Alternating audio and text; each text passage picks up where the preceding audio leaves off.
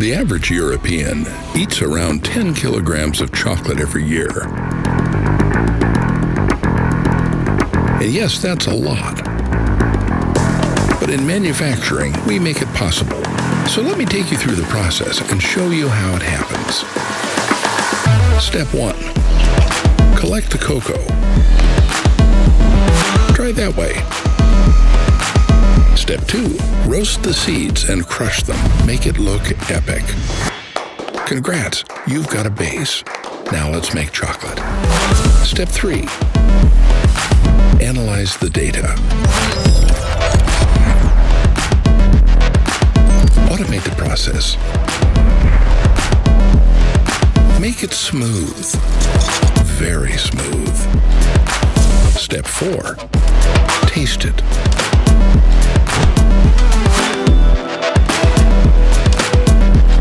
Improve it. Steps 5 and 6, because we like to mix. Make it precise.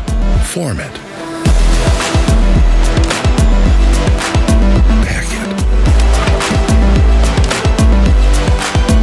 You know what? Give yourself some rest and focus on the taste. Don't worry. We will take care of the rest.